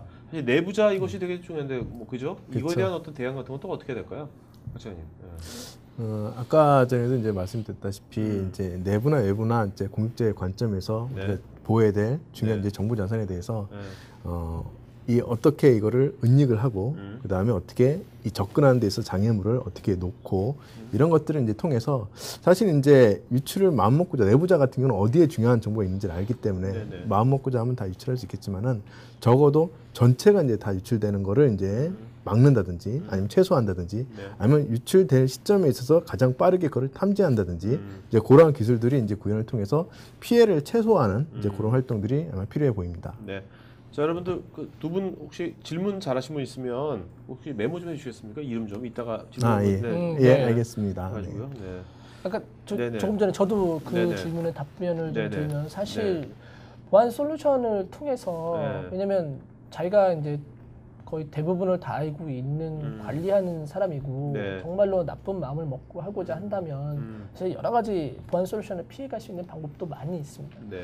그래서 법에서 많이 이야기하는 것 중에 하나가 저희도 이야기를 많이 말씀드리는 것 중에 하나가 보안 교육에 대해서 말씀 많이 드려요. 네. 보안 교육은 비용 대비 가장 효과적인 방법입니다라고 말씀을 드리고요. 그래서 개인정보를 지급하고 있는 취급자분들을 모아놓고 개인정보를 유출했었던 사례와 그다음에 그 법에서 어떤 이제 대가를 치렀는지에 네네. 대한 판례를 이제 보여드리면서 이제 그런 보안 교육을 꾸준하게 하는 거죠. 그래서 보안 개인정보는 기업의 어떤 굉장한 기밀 자산으로서 그다음에 법에 의해서 보호되는 정보로서 빼내가면 안 되고 빼내갈 시에는 굉장한 개인에게도 피해가 있다. 처벌을 받는다 법에 의해서 이런 네네. 것들을 보안 교육을 하는 것이 중요하다 이렇게 말씀드릴 네. 수 있습니다. 나중에 뭐 이것도 뭐 전자 발찌처럼 돼야 되는 거. 자, 그다음에 박하영님 개인정보보호법 암호화를 설명해 주셨는데 개인정보 처리자가 주민등록번호의 저장, 전송 시 필요한 암호화 수행 방식 사례를 한 가지만 들어주시면 좋겠습니다. 네. 사실 뭐 그 저장할 때 이제 말씀을 드리면 이제 그 뭐 결국엔 솔루션 이야기를 안 할 수가 없고요. 네. 대표적인 사례로서 저희가 금융권에다가 웨스 커널 레벨 단의 암호화 솔루션을 저희가 채택을 해서 네. 가지고 있는 뭐 그 개인정보 플러스 금융 데이터 전체를 다 암호화를 지금 한 사례가 있습니다. 현재 네네. 진행 중이고 거의 다 지금 마무리에 와 있는 상황이고요. 왜 그러냐면 금융권이기 때문에 전자금융거래법, 개인정보보호법, 그다음에 이제 정보통신을 통해서 서비스도 하고 계시거든요. 네네. 그래서 정보통신망법까지 전부 다 지켜야 되기 때문에 사실 암호화를 해야 되는 대상이 점점 늘어나는 네네. 거죠. 네. 그러면 암호화 대상을 이제 선택해서 할 수 있는 것도 많이 좀 계속 좀 고객분께서 고려를 많이 하셨기 때문에 OS 커널 레벨단을 지금 솔루션을 채택을 하셔서 저희 네. IBM이 현재 구축을 하고 있고 거의 마무리에 다 와 있는 단계입니다. 그다음에 네. 전송할 경우에는 이제 자체적으로 SSL을 써서 전송을 한다든지 혹은 중간에 어플리케이션 서버를 써서 거기서 암호화를 시켜서 밖으로 보내는 방법이 쓰고요. 대표적인 사례가 은행의 지점끼리 혹은 본점끼리 이제 이메일을 주고 받을 때 그 네네. 이메일 자체를 암호화를 하는 방법을 씁니다. 그래서 그때는 TLS라는 이제 암호화 방법을 써서 외부에서 그 이메일을 캡처해 간다 하더라도 이메일의 내용이라든지 첨부 파일을 볼 수 없도록 네네. 이렇게 암호화를 시킨 방법을 알겠습니다. 썼습니다. 네. 자, 김종환님 민간 기업에서는 보안팀은 없고 전산팀은 있는데 이런 경우 보안 담당자는 누가 되는 건가요?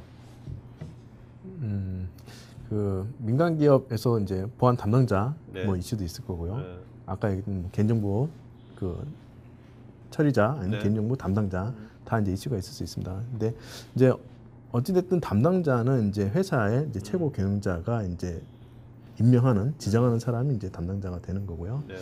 실질적으로 이제 개인정보 담당자 같은 경우에 책임자 같은 경우에도 5인 이상 기업에 있어서는 무조건 지정하도록 되어 있습니다. 그래서 어떤 사업자의 이제 주인 장이 이제 지정하는 사람이 이제 그 사람이 사실 이제 보안에 대한 지식이 있거나 개인정보 처리에 대한 지식이 있거나와 무관하게 우선은 이제 이 기업의 장이 이제 지정하는 사람이 이제 책임자가 되는 거고요. 네. 가급적이면 이제 그런 책임자가 책임을 질 수 있는 위치에 있는 사람, 네. 그 다음에 이제 지식이 있는 사람, 네. 이런 사람이 지정하는 게 굉장히 필요하다고 하겠습니다. 네. 만약 없다 그러면 이제 교육을 통해서 계속 발전시켜 나가야 되겠죠.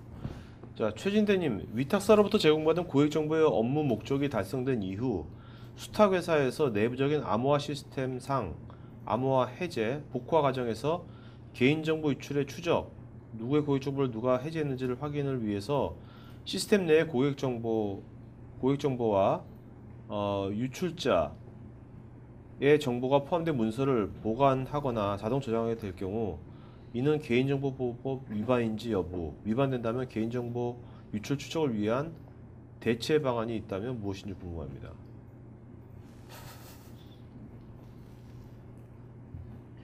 네. 사실 이런 경우는 좀 이렇게 외부에 그 위탁을 맡긴 거죠. 네. 그랬다가 거기서 이제 그 개인정보를 유출을 했을까봐 거기에 대해서 이제 포함된 예. 그래서 유출자의 이름하고 사원번호를 포함된 문서를 보관을 하는 거죠. 혹은 자동 저장을 해버리는 거죠. 이럴 경우에도 문제가 뭐냐면 그렇게 저장을 할 때 이름하고 만약에 사원 번호만 저장을 하게 된다라고 하면 네. 사실 그 개인정보보호법 위반은 아니고요. 하지만 이름하고 사원 번호 자체를 가지고 개인정보다라고 말하는 거에 대해서는 또 네. 다른 논란이 있을 수는 있지만 어쨌든 뭐 그 보관할 때는 네. 어떤 암호화 방법 수단을 써서 아까 말씀드린 대로 암호화 방법을 쓰는 데서 거창하게 암호화 알고리즘이라든지 그다음에 암호화 솔루션을 이용한 방법뿐만 아니라 네네. 문서 암호화라든지 이런 방법을 통해서 암호화할 수가 있지 않습니까? 네. 그래서 그런 문서 형태로 저장이 된다면 그 문서 자체에서 제공하는 암호화 방법을 이용해서 암호화된 상태로 저장하는 것이 가장 안전하다고 말씀드릴 수 있습니다. 네. 자, 그다음에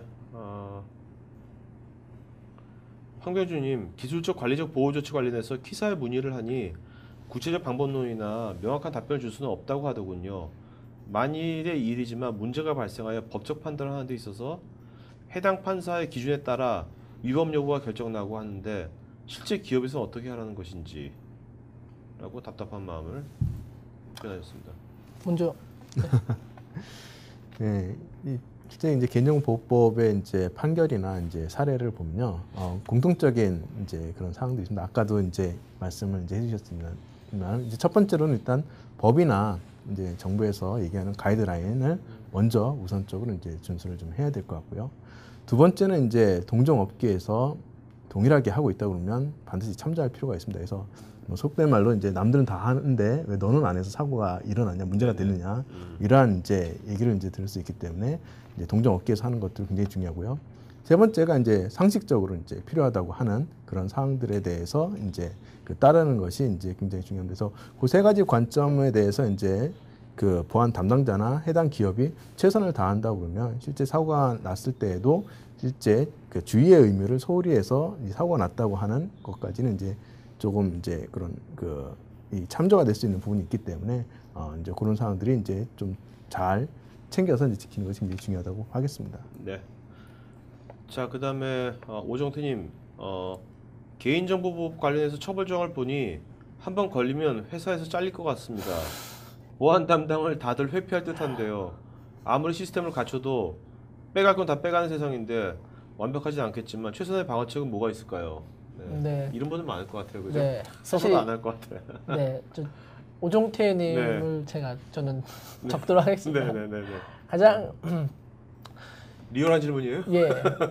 리얼한 질문이시고요. 네. 그러니까 금융권이라든지 굉장히 개인정보를 기밀로서 어떤 개인정보 자체를 굉장한 어떤 자산으로서 취급하지 않는 약간의 좀 아래에 있는, 그럼에도 불구하고 개인정보를 취급하고 있는 회사들의 관리자분께서 가지고 있는 가장 대표적인 질문이세요. 그런 현실적인 고민이시고요.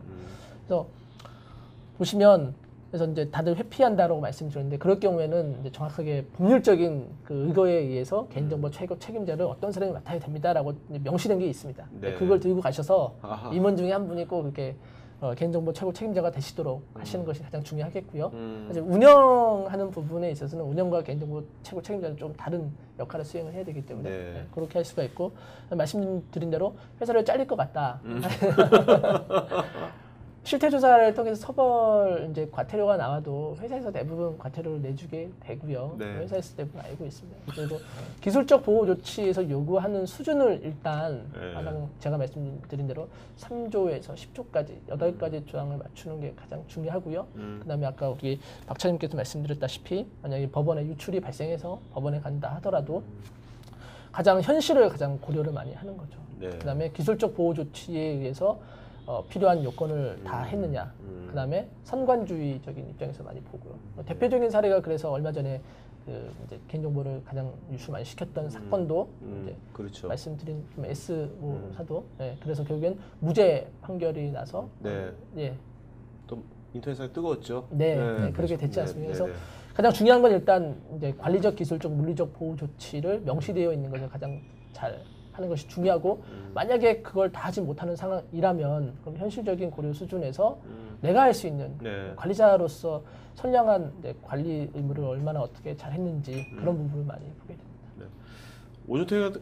오종태님 같은 분들은 이렇게 될 것 같아요. 왜냐면 일단은 아까 각 분야별로 우리가 조치를 취할 것 현재 사항들을 그 본인이 할 거를 뭔가 공식적인 문서로 뭔가 해놓아야지 네. 나중에 명분도 있지 이렇게 다 보고했다 나는 뭐 이게 되게 중요할 것 같아요. 그죠? 네.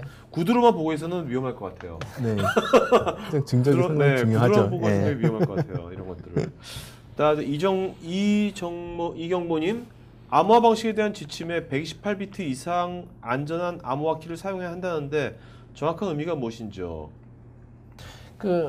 이제 그 암호화 알고리즘의 비트 수가 이제 정해집니다. 그 비트 네네. 수가 이제 낮게 되면 키가 이제 들어가는 이제 키가 작아지기 때문에 네. 그만큼 뚫리기가 쉽다는 얘기거든요. 네네. 그래서 네. 보통 128비트 이상 192, 256 이렇게 네. 지금 정해져 있거든요. 네. 그래서 이제 숫자가 커지면 커질수록 점점점 이제 키가 길어지는 거죠. 그래서 그 키가 길어진다는 것은 그만큼 풀어내는데 시간이 오래 걸린다. 시간이 오래 걸리면 그만큼 안전하다. 일단은 이렇게 보고 있습니다. 네. 자, 다음 민재님께서 아까 바이오 정보가 암호화 대상이죠? 바이오 정보도 아까. 네, 대상이 맞습니다. 대상 맞죠? 네. 그다음에 김수열님 암호화 기법 중 애플리케이션의 변경 없는 하드웨어 기반의 암호화 적용 시 복호화나 백업에 대한 솔루션이나 방식이 궁금합니다. 이거는 여러 가지 좀 방법이 있기 때문에 그 회사의 현황을 보고 말씀을 드릴 수가 있고 하드웨어 네네. 방식은 과거에 메인프레임에 이제 적용을 좀 했었던 방식이기 때문에 네. 그 개발이 100% 개발 없이는 결코 되지는 않고요. 네. 어쨌든 개발이 좀 필요한 방법입니다. 자, 오춘택님, 최근 급증하는 스마트 기기로 인해 기업에서 BYOD를 도입 시 회사 정책을 위해 높은 수준의 접근 권한을 요구하는데 사용자가 루팅이나 탈옥을 하는 경우 정상적으로 지원해야 될지 프로그램 어떻게 대응해야 될까요? 예, 그 BYOD 전략에 있어서 이제 중요한 거는 사용자 기기의 신뢰성을 확보하는 게 상당히 중요합니다. 네네. 예, 그렇기 때문에 최근에 나온 이제 모바일 디바이스 관리 그런 프로그램에서도 사용자의 루팅이나 네. 이제 탈옥 이런 것들을 이제 탐지를 해서 적절한 조치를 정책적으로 수행하는 이제 그런 기능들을 많이 채택을 하고 있습니다. 그래서 기업의 입장에서도 이제 이 보안에 대한 통제나 정책을 위할 수 있는 이제 네. 길이 이제 사용자 관점에서는 네. 이제 루팅이나 이제 탈옥이기 때문에 네. 우선은 이제 이 운영체제 플랫폼이 변제된 기기는 회사의 그 네트워크의 인프라에 접속하지 않도록 하는 것이 일반적으로 BYOD 정책에서 채택하는 정책입니다. 네. 자, 이윤영님, 아까 이제 위험도 분석 시 IBM의 방법은 무엇인지요? IBM도 영향평가 기관으로 선정된 것으로 아는데 IBM만의 차별화된 방법은 뭐가 있는지요? 네.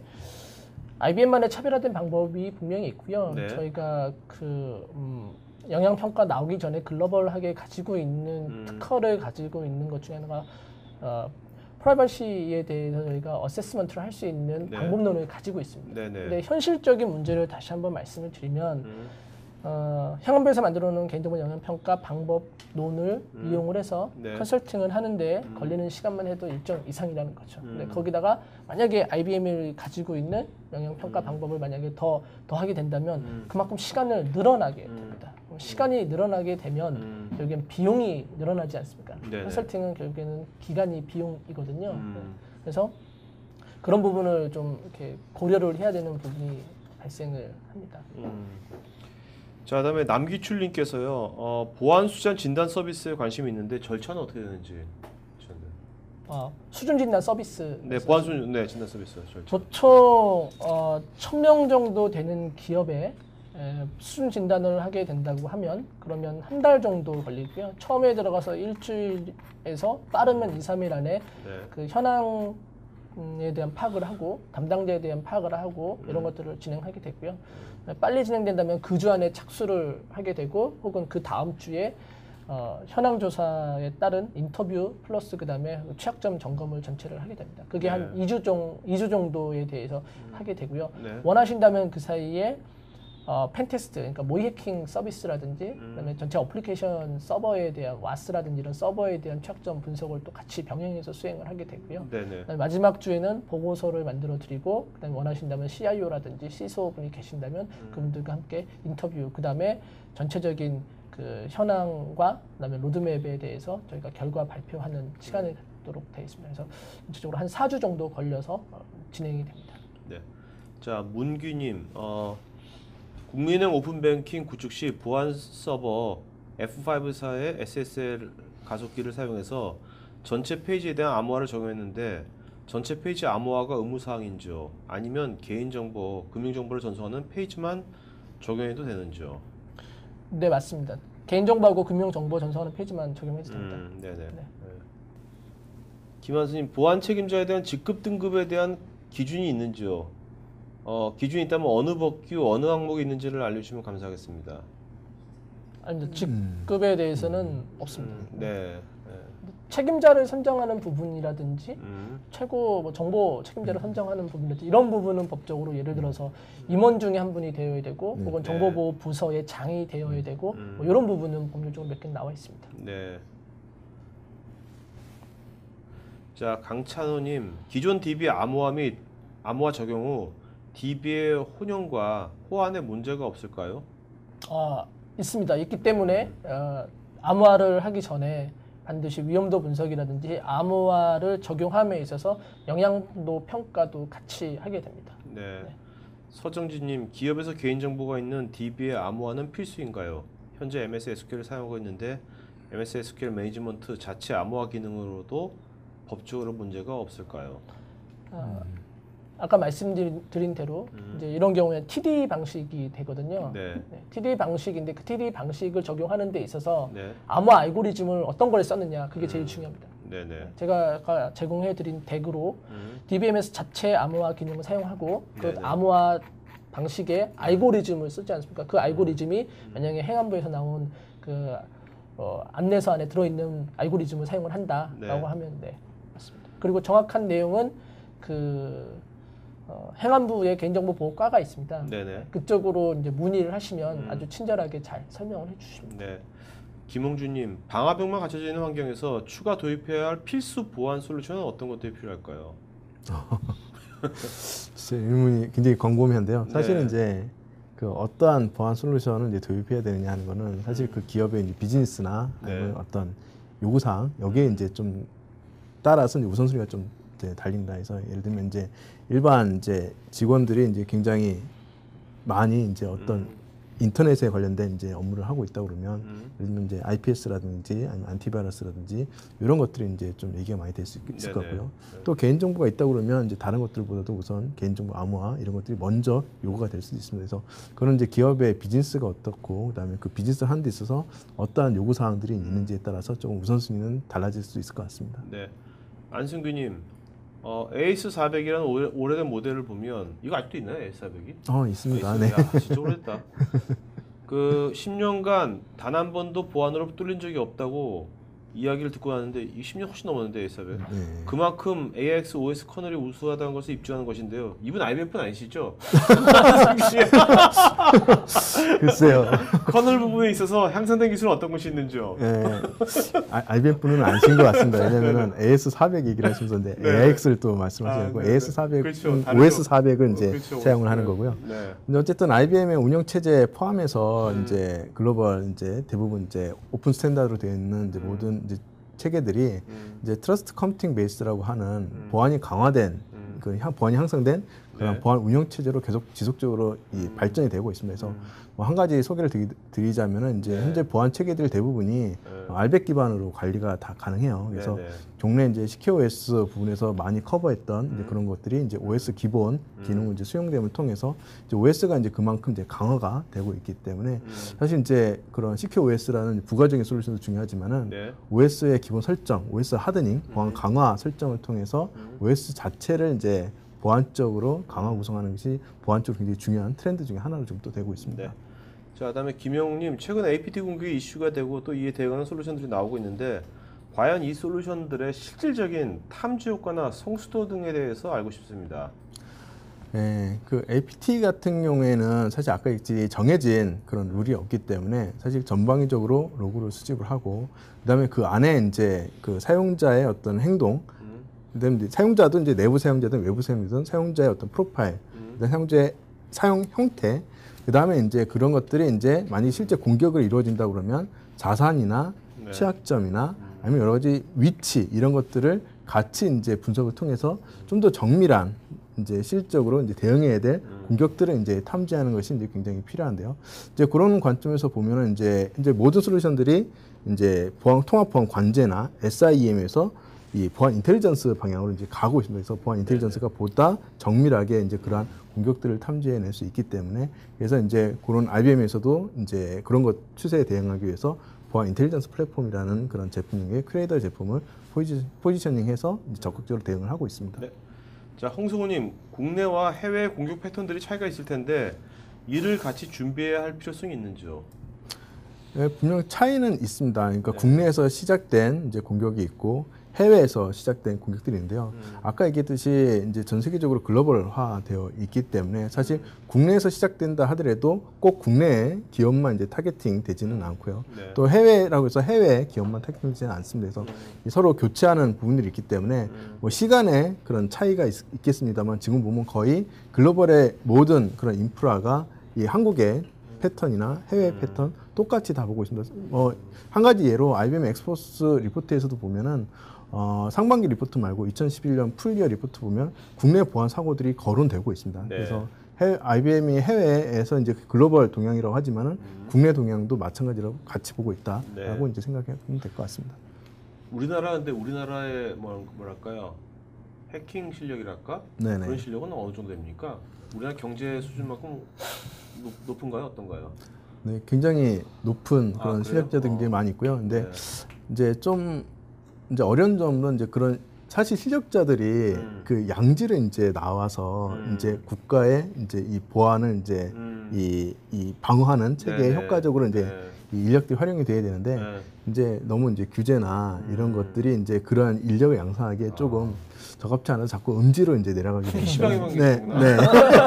그게 이제 PC방에 조금 계시면 안 되는데. 네, 맞습니다. 그래서 그런 걸 좀 개인적으로는 안타깝게 생각을 하고 있습니다. 알겠습니다. 자, 그다음에 유진호님, APT 공격을 막기 위해서는 APT만의 장비를 구비해야 하는지, 혼합형의 APT를 포함한 보안 툴은 없는지 궁금합니다. 아까도 말씀드렸다시피 APT는 단 한 가지로 정의될 수 그렇죠. 있는 공격이 아닙니다. 그래서 APT만을 위한 이제 그러한 장비나 솔루션은 있을 수 없고요. 아까 얘기했듯이 이제 사이버 전을 하듯이 여러 개의 이제 보안 솔루션과 인프라를 이제 갖추고 거기서 이제 이 나오는 로그나 행동 패턴들 분석을 통해서 APT를 탐지해낼 수 있습니다. 네네. 근데 이제 그런 것들 다 한 가지 솔루션만 하기는 좀 어렵습니다. 네. 자, 그다음에 오테마님, 기업들의 BYOD에 대한 보안 정책을 어떻게 세우고 있는지 말씀해 주시고 BYOD에 대한 보안 적용을 할 수 있는 솔루션들 어떤 것이 있는지요? 기업들의 보안 그러니까 BYOD를 위한 보안 정책은 굉장히 여러 가지가 있습니다. 그러니까 IBM의 이런 이 IBM도 이제 BYOD 정책을 쓰는 기업 중에 하나인데요.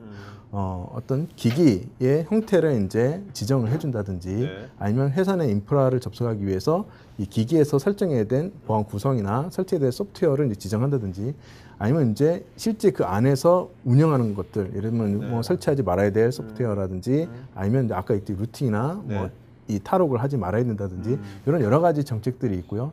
그 다음에 실제 기업 내부에서 보면 모바일 오픈된 서비스에도 차등적으로 이제 그 수준을 이제 정의합니다. 그래서 어떠한 수준이 있을 때 어떠한 그런 서비스를 오픈한다든지 이런 정책들이 있기 때문에 사실 정책은 여러 가지가 많은데 이제 보안 솔루션 관점에서 보면은 이제 크게 한 3가지 정도로 얘기를 할 수 있습니다. 그래서 네. 첫 번째는 이제 기기 자체를 관리하는 이제 아까 얘기했던 모바일 디바이스 관리하는 측면이 있고요. 그다음에 요 회사 모바일 인프라와 이 모바일 기기 간의 안전한 시큐어한 통신을 위한 이제 그런 측에 보통 이제 VPN이나 SSL 뭐 이런 솔루션군이 이제 통신 영역에 들어가고요. 마지막 이제 세 번째가 이제 기업 인프라 내에서 접근을 이제 통제하는 이제 그런 솔루션 총 3개의 체계로 구성되어 있고 실제 이제 이 기업이 서비스를 앱으로 이제 개발할 경우는 그 앱 자체도 이제 시큐어하게 개발하는 부분이 있기 때문에 기존에 이제 그 SDS 시큐어 디벨롭먼트 라이프 사이클 내에 포함시켜서 이제 안전한 앱 개발도 같이 고려를 해야 됩니다. 네. 자, 오종태님, 청와대나 국방부도 보안이 자주 뚫린다고 하는데 이런 곳에서도 보안이 뚫릴 때는 패턴이 있을 텐데 어떤 교가 있는지 알고 계시면 말씀해 주십시오. 아 예. 뭐 여러 가지가 있는데요. 기밀이라 뭐 말씀 못 드릴 것 같습니다. 네, 네, 네. 자, 오늘 질문들이 많은데 여러분들 오늘 저희가 지금 뭐 10분 이제 뭐 늦었습니다. 그래서 질문 여기까지 받는 걸로 하고요. 두 분 오늘 질문 잘하신 분 좀 말씀해 주시죠. 기억나신 분 있어요? 저는 아까 네. 그 오종태님 오종태님, 네네. 네, 가장 현실적인 네. 질문해 주신 네네. 예. 같은 성씨인 것 같은데 네. 그 BYOD 아, 또 오춘택 씨인가? 오춘택님, 네네. 오춘택님, 네. 네. 자, 그다음에 오늘 너무 많이 해가지고요. 나머지 분들은 저희가 나머지 오종태, 오춘택님 외에 나머지 분들은 저희가 저희가 이제 질문 리스트 봐가지고요. 하여튼 18분 저희가 추첨해서 보내드리도록 하겠습니다. 공지해서 알려드릴게요. 자, 그러면 두 분 한 말씀 해주시면 마치는 걸로 하죠. 네. 어떠셨어요? 처음 해보신 거예요, 차장님은? 네. 재밌죠? 네, 괜찮았습니다. 네네네네. 사실 그 이런 지식 방송 네. 내지는 이런 게 굉장히 많아야 된다고 생각을 하고요. 왜냐하면 관리자분들이 프리한 상황에서 많은 교육이라든지 이런 걸 들으러 다니실 수가 없는 상황이시거든요. 그렇죠. 움직이는 시간이라든지 이런 것들도 많이 고려를 하고 개인의 업무도 고려를 한다면 네네. 이런 방송을 통해서 개인정보 보호법이라든지 각종 규제 사항이라든지 지켜야 될 방향이라든지 이런 것들에 대해서 알려드리고 저희가 또 제시할 수 있는 부분 네. 제시를 해드리고 굉장히 좋고 유익한 시간이었다고 생각을 하고 있습니다.